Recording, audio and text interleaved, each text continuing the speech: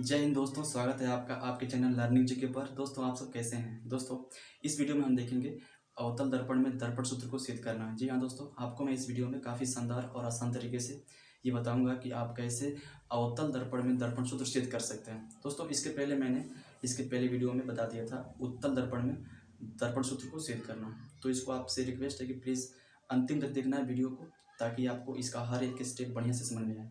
तो आइए शुरू करते हैं इस वीडियो को। दोस्तों आप यहाँ देख सकते हैं कि अवतल दर्पण यानी इसको कहते हैं इंग्लिश में कॉनकेव मिरर में दर्पण सूत्र, यानी ये वाला है दर्पण सूत्र 1/f बराबर 1/v प्लस 1/u। इसी को हमको यहाँ पे सिद्ध करना है, प्रमाणित करना है, ठीक ना दोस्तों। तो सबसे पहले बनाएंगे हम यहाँ पे एक अवतल दर्पण। तो बनाते हैं तो इस प्रकार से। अगर इसका हम दाहिना भाग ऐसे रंग देते हैं, कलई कर देते हैं,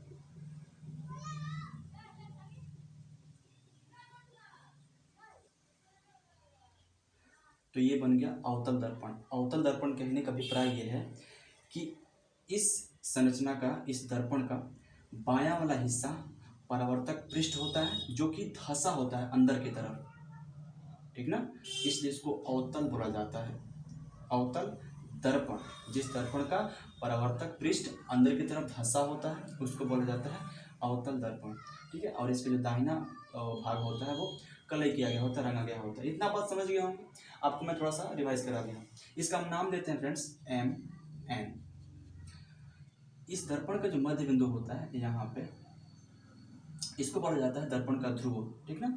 इसको हम दिखाते हैं पी से। पी मतलब होता है पोल। तो आप जानते हैं कि इसका वक्रता केंद्र क्या होता है। आपको एक बार फिर से मैं रिवाइज करा देता हूँ। ये जो गोली दर्पण है, अवतल दर्पण, ये किसी न किसी खोखले गोले का तो भाग होगा ना, तो इसी गोले का जो केंद्र होगा वही इस दर्पण का वक्रता केंद्र कहलाएगा, ठीक है। तो मान लेते हैं यहाँ पे आ रहा है इस दर्पण का वक्रता केंद्र, ठीक है। वक्रता केंद्र को दिखाते हैं सी से। इसको बोलते हैं सेंटर ऑफ कर्वेचर इंग्लिश में, ठीक है। अब दोस्तों वक्रता केंद्र यहाँ पे नहीं, इसको यहाँ कर देते हैं। दोस्तों अगर वक्रता केंद्र और ध्रुव को मिलाते हुए अगर लाइन खींचते हैं, एकदम सरल रेखा, एकदम सीधी स्ट्रेट लाइन, तो उसको बोला जाता है दर्पण का मुख्य अक्ष या प्राइम प्रिंसिपल एक्सिस, ठीक ना। तो इसको मिला देते हैं ऐसे इस प्रकार से, ठीक ना। तो ये क्या हो गया, ये लाइन जो एकदम स्ट्रेट है इसको बोलते हैं दर्पण का मुख्य अक्ष। आपको बिल्कुल ध्यान से यहाँ पे फोकस करना है। ये बिल्कुल आसान है, बहुत इजी है, डरने की जरूरत नहीं है, ठीक ना। देखिए अब दोस्तों यहाँ मान लेते हैं एक वस्तु, क्या मानते हैं, वस्तु, या उसको बिंब कहते हैं, प्रकाश स्रोत कह सकते हैं। यहाँ पे एक वस्तु है, इसका हम नाम देते हैं ए बी, ठीक है। यहाँ वस्तु है। दोस्तों अगर बात करें वस्तु की स्थिति, वस्तु कहाँ पे है, तो हम कह सकते हैं कि दर्पण के वक्रता केंद्र और अनंत के बीच में है। कहाँ पे, इधर जो भी है सब क्या है, अनंत है, इन्फिनिट है। और ये क्या है, दर्पण का वक्रता केंद्र है। तो अनंत और दर्पण के वक्रता केंद्र के बीच में वस्तु है, या कह सकते हैं कि दर्पण के वक्रता केंद्र से परे है, ये भी कह सकते हैं, ठीक है। तो अब आगे देखिए, ये वस्तु हो गया।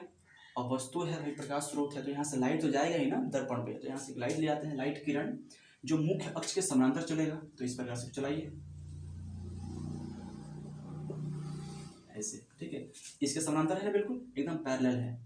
अब यहाँ से ये परिवर्तन के बाद जब इसके समांतर जा रहा था, तो यहाँ से परिवर्तन के बाद ये सीधे मुख्य जो यहाँ पे है ना, मुख्य फोकस, यहाँ से होकर जाएगा मुख्य फोकस से।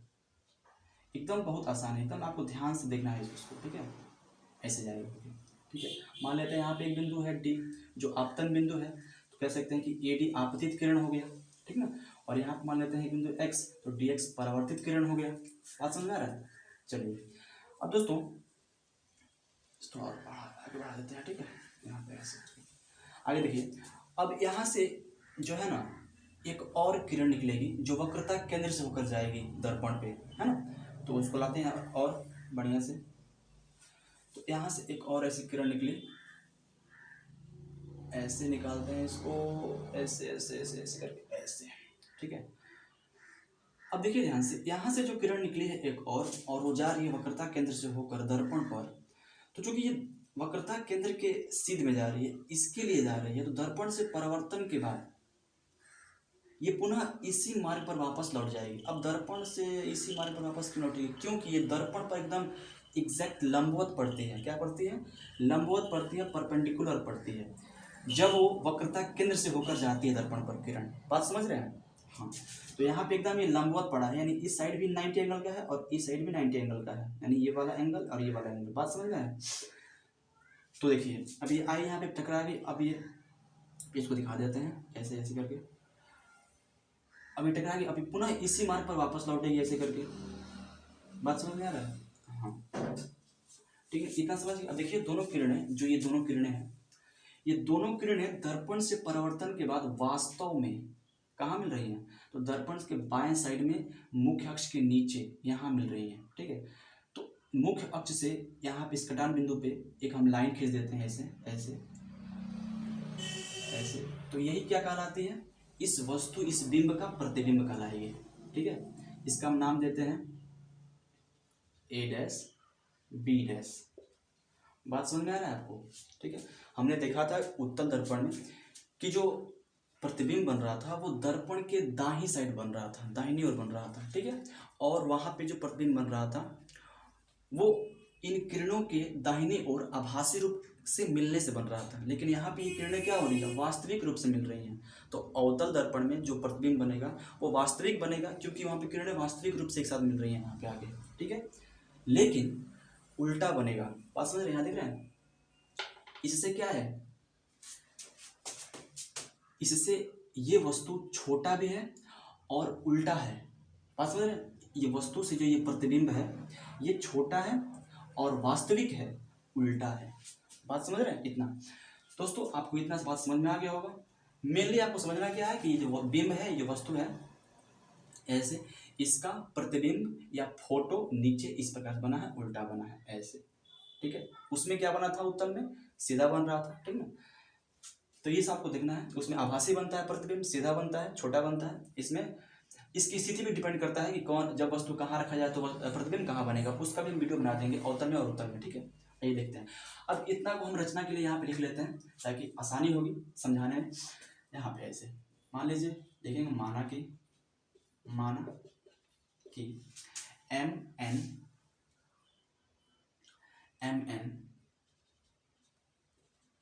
एक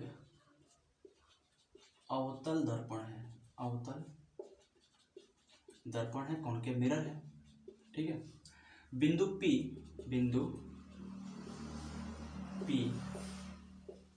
दर्पण का ध्रुव है।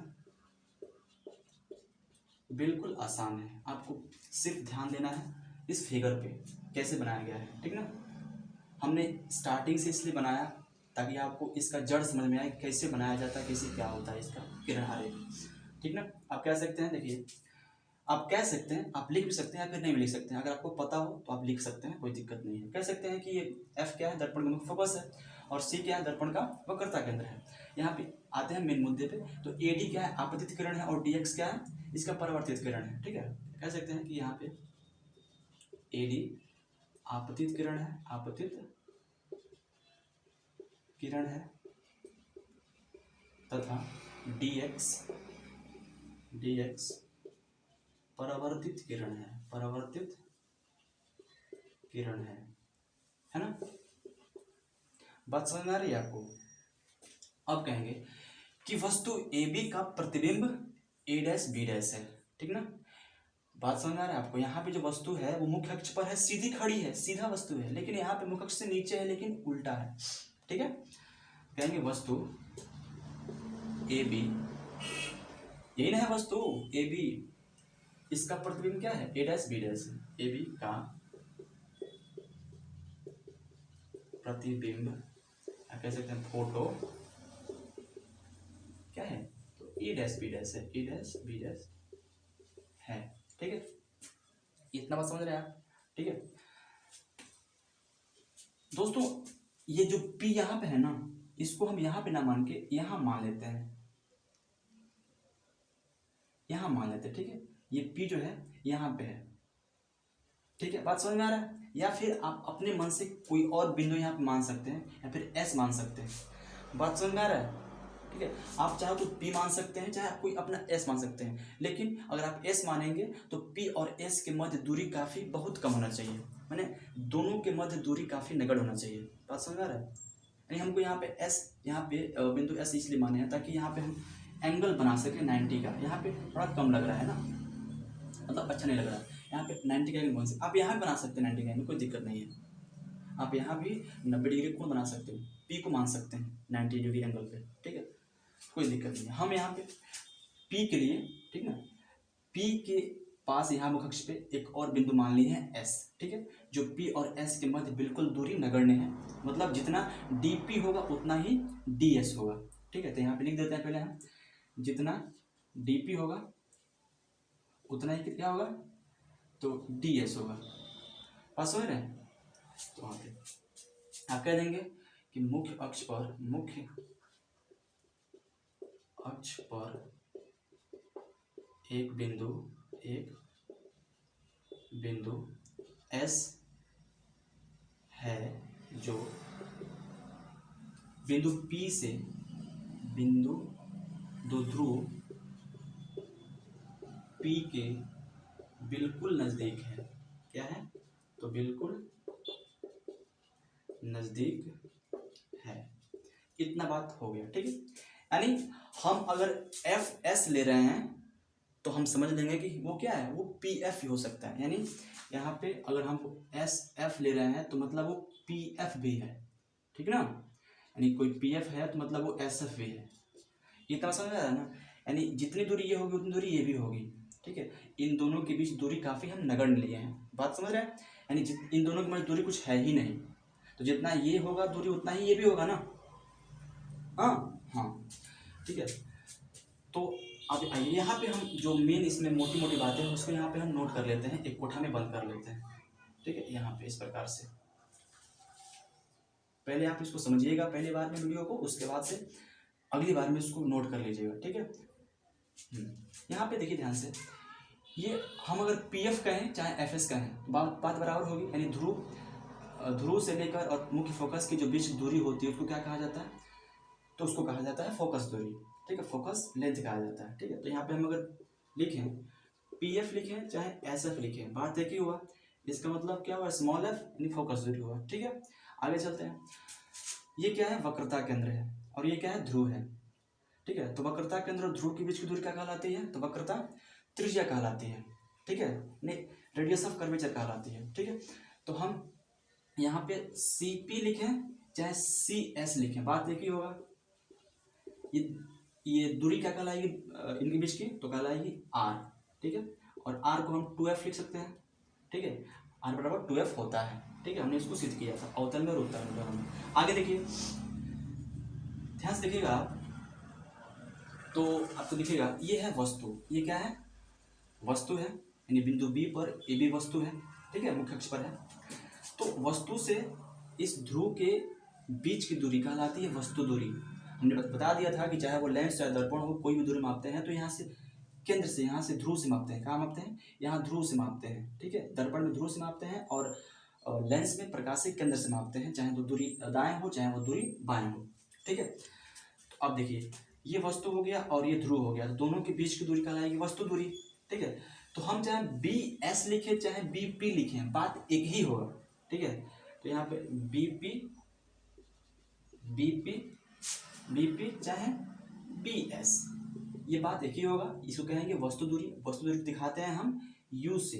अब देखिए, अब चूंकि वस्तु क्या है, दर्पण के बाएं साइड है, वस्तु क्या है, दर्पण के बाएं है, लेफ्ट में है, सामने है, तो हमेशा और हमेशा, ठीक है, वस्तु जो दूरी होगी वो माइनस होगी। क्या होगी, माइनस होगी, क्योंकि वस्तु बाएं है और हमेशा वस्तु लेंस चाहे दर्पण में बाएं ही रखा जाता है हमेशा, ठीक है।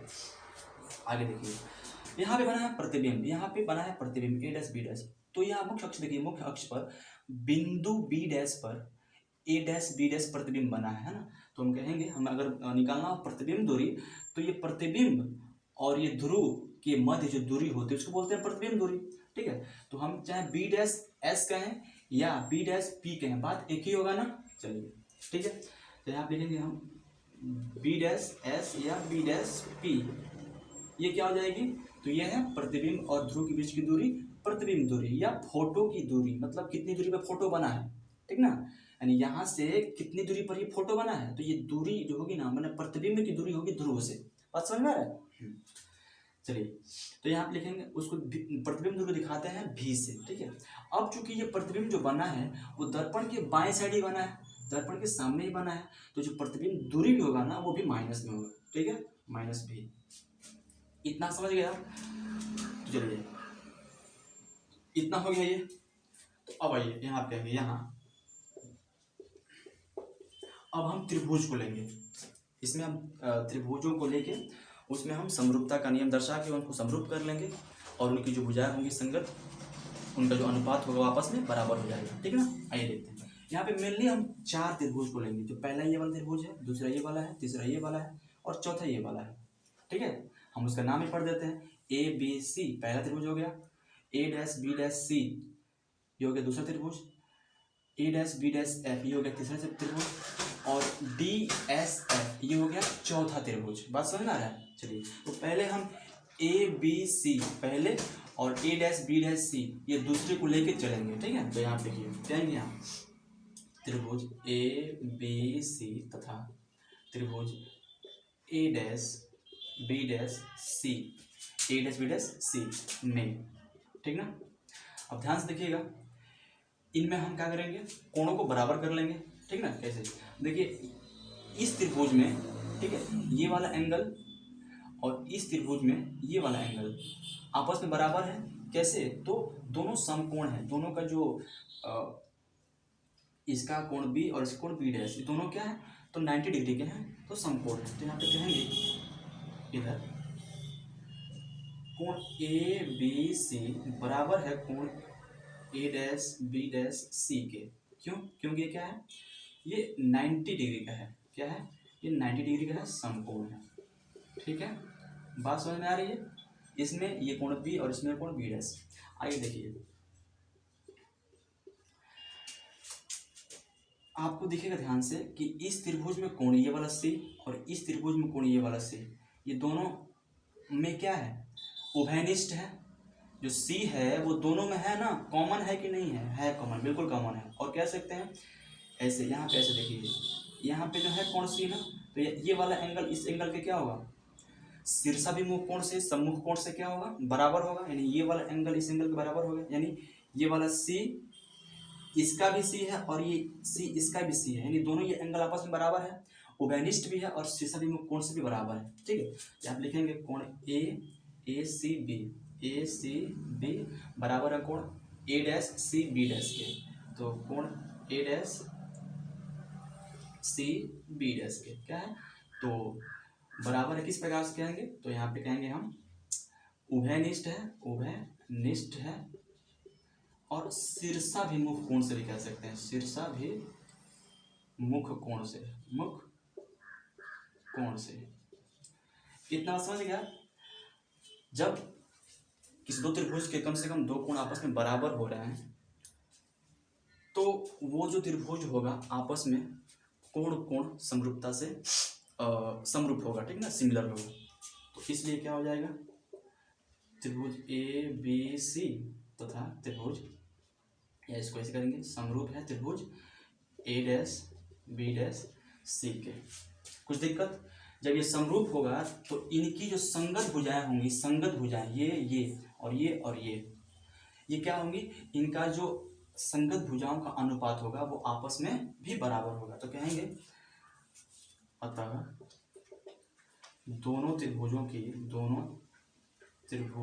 की संगत भुजाओं का अनुपात, ठीक है, दोनों त्रिभुजों की संगत भुजाओं का अनुपात आपस में बराबर होगा। तो यहाँ देखेंगे, यहाँ दिखा देंगे, इसलिए दिखाइए कैसे। यहाँ पे खैर नहीं हो पाएगा, हम ऊपर लिख देते हैं। अगर आपने इसको नोट कर लिया हो तो अच्छी बात है, इसको मैं मिटा रहा हूँ। ओके, चलिए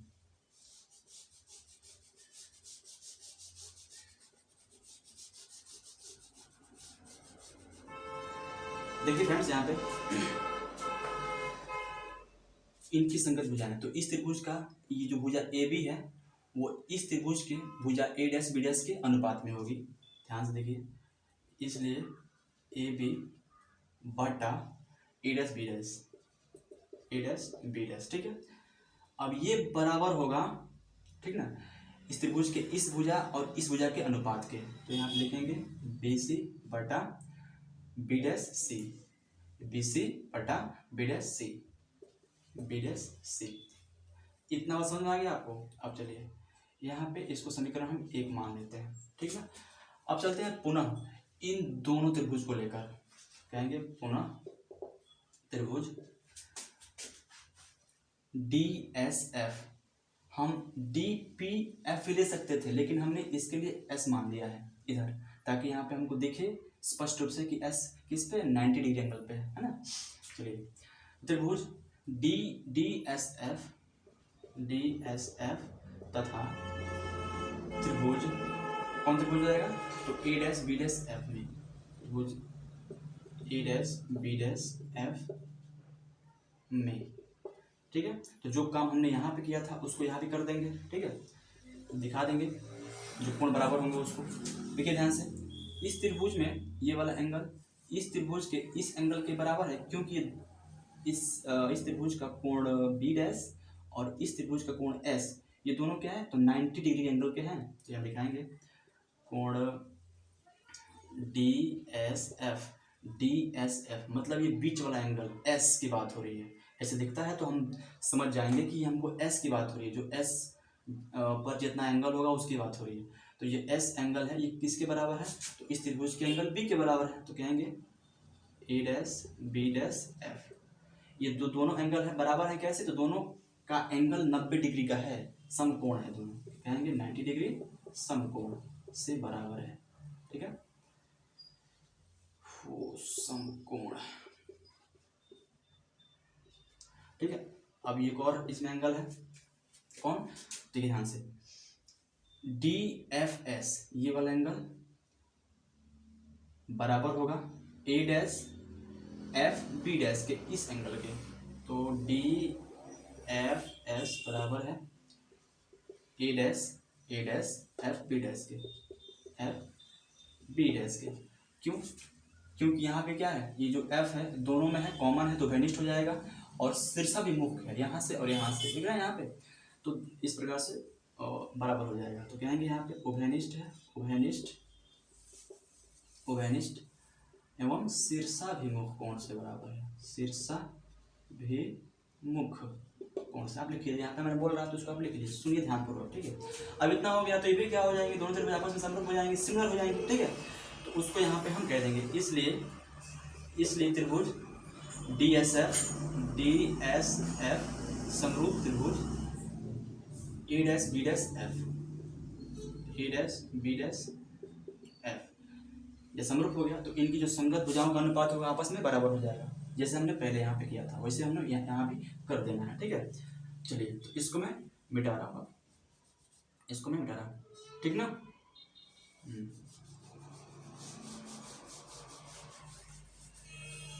चलिए यहाँ देख रहा हूँ मैं, इधर नीचे ध्यान से देखना, आपको सिर्फ ध्यान से देखिए। चलिए यहाँ पे लिखेंगे अतः इनकी, इसकी बात हो रही है यहाँ पे, मतलब इसको मिटा नहीं रहा हूँ, इसका काम है हमको अभी, इसलिए अतः इनकी संगत भुजाओं का अनुपात आपस में बराबर होगा, है ना। बात समझ में आ गया, तो करिए बराबर इनकी भुजाओं का अनुपात को। तो इसलिए क्या हो जाएगा, देखिए इस भुजा का अनुपात, ये भुजा होगा ना, आराम से हम इन दोनों को लिए हैं, तो इस भुजा का अनुपात इस भुजा, ये भुजा होगा, तो डी एस बटे में ए डैश बी डैश, ठीक है। ये बराबर होगा इस त्रिभुज के इस भुजा के और इस भुजा के अनुपात के, ठीक ना। तो यहाँ पे कहेंगे हम एस एफ बटा बी डैश एफ। बात समझ में आ रहा है। अब चलिए दोस्तों, हमने, आप यहाँ देख रहे होंगे कि यहाँ पे दो समानांतर रेखाएं हैं, ऐसे करके, ठीक है। इसको दो रेखाएं से काट रही हैं, तो दोनों रेखाओं का ये दूरी है ना, ये वाली, ये चूंकि दोनों रेखाएं समानांतर ये वाली चल रही हैं, अब इनको दो रेखाएं से काट रही हैं, तो ये दूरी होगी ये वाली, चाहे वो टेढ़ी रहे चाहे वो सीधे रहे, वो हमेशा समान रहेगी। ठीक है, समान दूरी की रहेगी। बस समझ आ रहा है? तो ये दूरी इस दूरी के समान होगी, ये दूरी इस दूरी के, यानी जितना ए बी होगा उतना ही ये डी एस होगा। बात समझ आ रहा है आपको? जितना ए बी होगा उतना ही डी एस होगा। तो आप कहेंगे चूंकि क्या ए बी बराबर डी एस, चूंकि ए बी बराबर डी एस है, ठीक ना, तो इसलिए यहां पे देखिए ये डी एस के स्थान पे हम ए बी लिख सकते हैं ना। तो ए बी बटा ए डैश बी डैश बराबर एस एफ बटा बी डैश एफ। इतना बात समझ गए आप? चलिए इसको समीकरण हम 2 मान लेते हैं, यहाँ पे समीकरण 1 है। अब देखिए ध्यान से, समीकरण 1 का बायां पक्ष ये वाला और समीकरण 2 का बायां पक्ष ये वाला आपस में बराबर है, इक्वल है, तो इसका दायां पक्ष भी हम, जो इसका RHS है ये वाला, उसको भी हम बराबर कर देंगे। ठीक ना? तो आई होप इसको आप नोट कर लिए होंगे, इसको मिटा रहा हूँ। ठीक ना? चलिए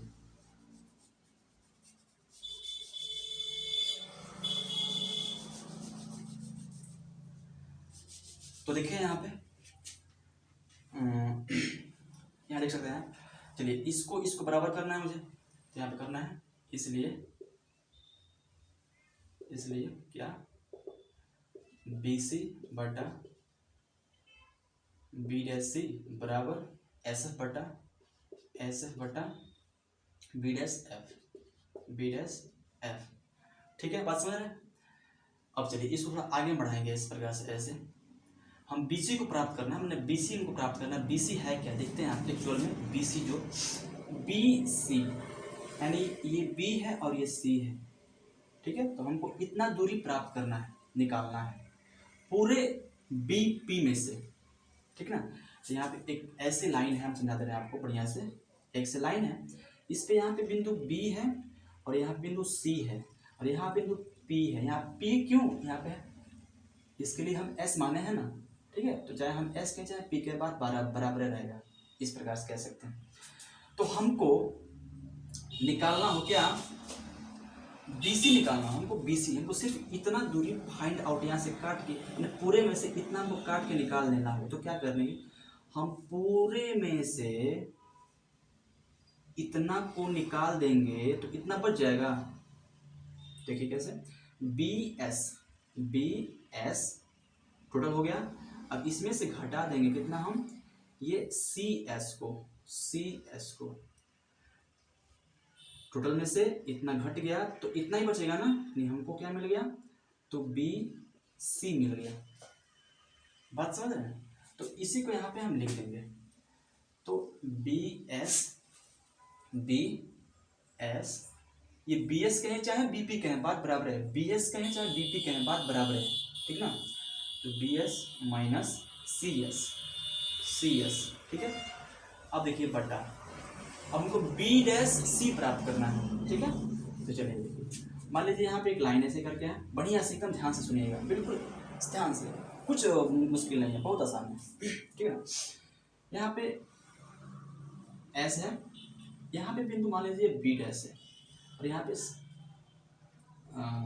इसको F है यहाँ पे मान लीजिए, तो यहाँ पे बिंदु C है। बात समझ में आ रहा है? देखिए जरा कैसे, यहाँ पे C है, B' है, F है और S है, या P कह सकते हैं वहाँ पे। ठीक है, तो हमको क्या निकालना है, हमको निकालना है यहाँ पे BC, हमको निकालना है BC कहें चाहे CB' कहें, यानी हमको अब ये दूरी फाइंड करना है। ये BC, ये जो दूरी है ना, इसको हमको प्राप्त करना है। तो हमको क्या करना पड़ेगा, ये टोटल CS कहें चाहे CP कहें, यानी हमको CS में से अगर हम ये BS निकाल दे रहे हैं, यानी हमको टोटल कहेंगे तो CS में से BS निकाल दे रहे हैं, तो हमको इतना मिल जाएगा। तो BS निकाल देंगे तो हमको इतना BC इतना हमको मिल जाएगा, BC। ठीक है, तो ये चीज़ यहाँ लिख देते हैं क्या, CS माइनस BS। ठीक है, अब ये बराबर का बराबर यहाँ पे SF क्या है, तो एसएफ का ऐसा यहाँ पे हम लिख देते हैं, कोई दिक्कत नहीं, दिक्कत होना चाहिए। आगे देखिए, ये बी डैश एफ प्राप्त करना हो हमको, बी डैश एफ कहाँ है, तो बी डैश एफ ये दूरी प्राप्त करना हो, ठीक है। तो हम यहाँ से माप लेंगे बढ़िया से, कैसे, चलिए मान लेते हैं यहाँ पे क्या है, एक रेखा है, यहाँ पे ऐसे है, यहाँ पे बी डैश है और यहाँ पे एफ है। तो हमको ये बी डैश एफ ये दूरी प्राप्त करना है, तो क्या करना पड़ेगा हमको, टोटल ये जो बी एस है या फिर बी पी कह सकते हैं, बी एस में से हमको एफ एस घटाना पड़ेगा ना, तभी तो हमको बी डैश एफ मिलेगा। तो टोटल हमको बी डैश एफ, तो बी डैश एस में से हमको एफ एस या एस एफ घटाना पड़ेगा। बात समझ आ रहा है? ये बड़ी लाइन है, इसमें इस छोटे टुकड़े को काट के निकालना है, तो हमको इन बड़े में से इतना को निकाल देंगे तभी तो इतना बचेगा ना हमको। हाँ, तो क्या किए, तो बी डैश एस या फिर पी कह सकते हैं, बात बराबर हो। तो बी डैश एस में से घटा दिए कितना, तो एस एफ इतना घटा दिए, तो कितना बच गया, तो इतना बच गया, यानी बी डैश एफ बच गया, बी डैश एफ बच गया, ठीक है। तो इतना हम लेके चलते हैं, तो इसको यहाँ पे लिख देते हैं, तो B dash S, B dash S और minus S F, S F. बात आपको समझ में आ गई होगी, आई होप। बिल्कुल आसान है, बहुत आसान है, ठीक है। इसको मैं इरेज कर दे रहा हूं, अगर आपने इसको नोट कर लिया हो तो चलिए, ठीक है। आगे देखिए ध्यान से दोस्तों, ये बी एस क्या है। अब यहाँ पे जो मान हमने पहले रखा था और यहाँ पे उसकी दूरी माप कर, अब यहाँ से उठा के इसमें हम पुट करेंगे मान को, ठीक है। देखिए बी एस क्या है, तो बी एस इसमें कहाँ है, तो बी एस यहाँ आपको दिख रहा है, यहाँ दिख रहा है ना, बीपी कहें चाहे बी एस कहें, ये बी एस है वो वस्तु दूरी है, ठीक है। बी एस ये क्या है, वस्तु से ध्रुव की दूरी वस्तु दूरी होती है, ठीक है। तो वस्तु दूरी दिखाते हैं यू से। अब चूंकि वस्तु दूरी जो है बाएं तरफ है, मतलब तो माइनस में हो जाएगा, ठीक ना। तो यहाँ पे बी एस का मान यू रखेंगे, तो यहाँ पे देखिए कैसे, तो यहाँ पे देखिए बी एस है ना, यहाँ बी एस का मान माइनस यू है, तो बी एस का मान यहाँ पे माइनस यू हो गया। अब इस माइनस को यहाँ पे माइनस उतार देंगे, है ना। अब देखिए अब सी एस का मान रखना है, तो सी एस क्या होता है, तो अब सी एस कहें चाहे सी पी कहें, बात बराबर है। ये इसको कहेंगे हम वक्रता त्रिज्या, और वक्रता त्रिज्या को हम 2f लिखते हैं ना दोस्तों। देखिए यहाँ से, तो वो तो ऑलरेडी माइनस में है, आर माइनस में होगा क्योंकि बाएं है दर्पण से, इसको -2f कह सकते हैं, है ना। तो ये माइनस और ये माइनस, इसके स्थान पर हमको ये रखना है, तो यहाँ पे ये माइनस और ये माइनस प्लस हो जाएगा, तो जाएगा 2f। बात समझ रहे हैं? आगे देखिए, बटा सी एस क्या है, तो सी एस वही है, सी एस वही है, 2f चाहे आर का है, बात एक ही होगा। तो जो कि ये माइनस में है, तो यहाँ पे -2f हो गया, ठीक ना। अब ये माइनस के यहाँ पे माइनस लिख दिए। बी डैश एस क्या है, तो बी डैश एस हमको निकालना होगा, चाहे यहाँ पे दिया है, देखिए बी डैश एस दिया है ना, तो बी डैश एस या बी डैश पी के हैं, बात बराबर है। ये प्रतिबिंब दूरी है ना, दर्पण से प्रतिबिंब के बीच की दूरी है भाई। तो ये भी क्या है, ये माइनस में, क्योंकि प्रतिबिंब बना है बाएं साइड में, इसलिए। तो ये माइनस तो यहाँ पे ऑलरेडी है और ये माइनस में है, तो माइनस माइनस प्लस हो जाएगा, ठीक है। तो यहाँ पे भी हो गया। चलिए बराबर का बराबर एस एफ क्या है, तो एस एफ कहें चाहे पी एफ का है, ये है फोकस दूरी, ये माइनस में है चूँकि बाएं है, तो माइनस में हो गया फोकस दूरी, ठीक है। अब देखिए बी डैश एस क्या है, तो B dash S minus B है, यानी प्रतिबिंब दूरी है। और उसके बाद से ये एस एफ क्या है, तो एस एफ फोकस दूरी है जो कि माइनस में होगा, ठीक है ना, माइनस एफ। तो ऑलरेडी यहाँ माइनस है और ये minus F, minus minus plus हो जाएगा, तो प्लस एफ हो गया। बात समझ में आ रहा है? अब देखिए, अब इसको हम कर देंगे त्रिगुणा, जब इसका स्थान परिवर्तन करेंगे, इसको उठा के यहाँ रखेंगे तो इन दोनों में गुणा होगा, और इसको उठा के यहाँ पर रखेंगे दोनों में गुणा होगा, इसका ऐसे क्रॉस मल्टीप्लिकेशन होगा, इस प्रकार से भेजेंगे। चलिए करते हैं, तो इसको उठा के यहाँ रखते हैं, तो कितना हो जाएगा, -u + 2f और ये -v + f, ठीक है ना, बराबर का बराबर। ये -f यहाँ पे -2f + v, ठीक है। आगे देखते हैं, ये ध्यान से, ये -u इस -v से गुणा होगा तो हो जाएगा +uv होगा, ठीक है, इतना बात समझ गया। अब माइनस यू प्लस एफ से गुणा होगा तो क्या होगा, माइनस यू एफ होगा, माइनस यू एफ। ठीक है, आगे देखिए, अब ये टू एफ प्लस में है, ये माइनस भी से गुणा होगा तो हो जाएगा माइनस भी, सॉरी टू भी एफ, क्या हो जाएगा, माइनस टू भी एफ। बात समझ में आ रहा है। आगे देखिए, अब ये प्लस टू एफ गुणा होगा प्लस एफ से, तो कितना हो जाएगा, तो प्लस का प्लस प्लस प्लस होता है गुणा करने पे, तो जाएगा two F square, two F square, चूंकि यहाँ पे टू है, टू एफ से गुणा होगा एफ में, तो टू का टू हो जाएगा और एफ गुणा एफ स्क्वायर हो जाएगा। बात समझ में आ रहा है। चलिए, तो वैसे यहाँ पे हमने किया है। आगे देखिए, यहाँ पे माइनस एफ है, तो माइनस एफ से गुणा होगा पहले माइनस टू एफ में, तो माइनस माइनस पहले प्लस हो जाएगा, तो प्लस को लिखते नहीं है, कोई दिक्कत नहीं। तो यहाँ पे टू का पहले टू हो जाएगा और एफ से एफ स्क्वायर हो जाएगा। ठीक है, और ये यहाँ देखिए, चूंकि ये अलग है और ये अलग है, तो इससे इन दोनों में हम कर रहे हैं बारी बारी से, इससे इसमें कर दिए, अब इसे इसमें करेंगे, तो माइनस एफ है और ये प्लस भी है, तो माइनस प्लस माइनस हो जाएगा, यहाँ पे क्या हो जाएगा, एफ भी हो जाएगा, एफ भी हो जाएगा। ठीक है, इतना समझ गया बात। आप आगे देखिए, नीचे ध्यान से आप देखिए फ्रेंड्स, यहाँ पे क्या है, यू भी है और यहाँ पे क्या है, यू एफ है माइनस में, और यहाँ पे क्या है, टू भी एफ है प्लस टू एफ स्क्वायर है। पहले देखिए ध्यान से, ये बराबर के दोनों side two F square plus plus में है, दोनों साइड बराबर है, इसको काट देंगे, या इसको हम अगर बराबर के इसको इधर भेजें चाहे इसको इधर भेजें, तो कोई एक माइनस में होगा, तो एक प्लस एक माइनस कट जाएगा ऑलरेडी ऐसे ही। ठीक है, तो इसको हम पहले ही काट दे रहे हैं, तो अब यहाँ पे लिख देते हैं यू भी minus U F minus two भी एफ बराबर माइनस एफ भी। ठीक है, इतना समझ गया। चलिए, अब इस माइनस टू भी एफ को उठा के इधर भेज देंगे बराबर के दाहिने साइड में, तो ऐसे आप देखिए ध्यान से, तो यू भी हो गया और माइनस यू एफ हो गया, इसको इधर किए तो क्या हो गया, आया तो इधर प्लस हो जाएगा, टू भी एफ प्लस में हो गया और माइनस ये पहले से है एफ भी। ठीक है, या फिर इसको कह सकते हैं भी एफ, भी एफ है ना। तो अब देखिए ध्यान से, इसको मैं मिटा दे रहा हूँ। ओके, चलिए,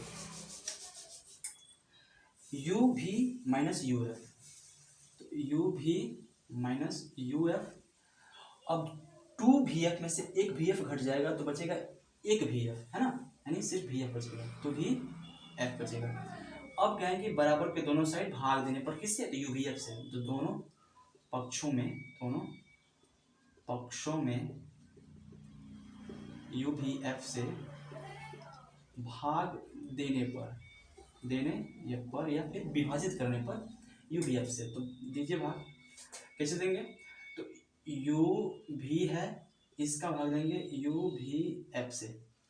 ठीक है, फिर माइनस का माइनस, यू एफ यहाँ पे है, इसको देंगे भाग यू भी एफ से। ठीक है, फिर यहाँ बराबर है, ऊपर है भी एफ, इसको देंगे भाग यू भी एफ से। ठीक है, तो ऊपर यू भी है नीचे यू भी है, तो कट जाएगा यू भी, ऊपर एक बचा, तो एक बचा एफ हो जाएगा, माइनस ऊपर यू एफ है नीचे यू एफ है, कट जाएगा, तो ऊपर एक बचा तो एक बटा भी हो जाएगा, और बराबर ऊपर भी है एफ है नीचे भी है एफ है, कट जाएगा, तो ऊपर एक बचा नीचे यू बचा, तो एक बटा यू हो जाएगा। ठीक है, इतना समझ गया। तो वन बटा एफ बराबर, इसको दाहिने भेज देते हैं, वन बाई भी को, जो माइनस में इधर है जाएगा उधर तो प्लस में जाएगा, तो जाएगा वन बाई भी प्लस में आ गया इधर, और माइनस ये ऑलरेडी है, सॉरी यहाँ पे आ गया तो वन बाई भी हो गया, और ये प्लस ऑलरेडी है, ये प्लस में ना है। हाँ, तो इतना बात आप समझ गए। हमको जो प्रूफ करना था क्या, कि वन बाई एफ बराबर वन बाई भी प्लस वन बाई यू, ये हमको प्रूफ करना, जो हमने यहाँ पे प्रूफ कर लिया है, सिद्ध कर लिया है। ठीक है, आप समझ रहे हैं, यहाँ पे देख रहे हैं, वन बाई एफ बराबर वन बाई भी प्लस वन बाई यू, ये हमने अवतल दर्पण में दर्पण सूत्र सिद्ध कर लिया, तो इसको हम बोल देंगे ऐसे कि सिद्ध हुआ। दोस्तों, आई होप कि वीडियो आपको बहुत अच्छा लगा होगा, हेल्पफुल लगा होगा। हमने इसमें थोड़ा वक्त लिया है, लेकिन आपको काफ़ी डीपली बताने का प्रयास किया है। अगर इसको आप बढ़िया से समझ के और बना लेंगे, कॉपी पे ड्रॉ कर लेंगे, तो आप इसको कभी नहीं भूलेंगे। ठीक है दोस्तों, ये वीडियो आपको अगर अच्छा लगा हो तो प्लीज़ इसको लाइक करिएगा, अपने दोस्तों में इसको शेयर करिएगा और इसको सब्सक्राइब जरूर कर लीजिएगा दोस्तों, अगर आपको इसको पढ़ना है, समझना है तो। ठीक है, चलते हैं, मिलते हैं आपको नेक्स्ट वीडियो में, तब तक के लिए आपको बहुत बहुत धन्यवाद। Thank you very much. जय हिंद, जय भारत।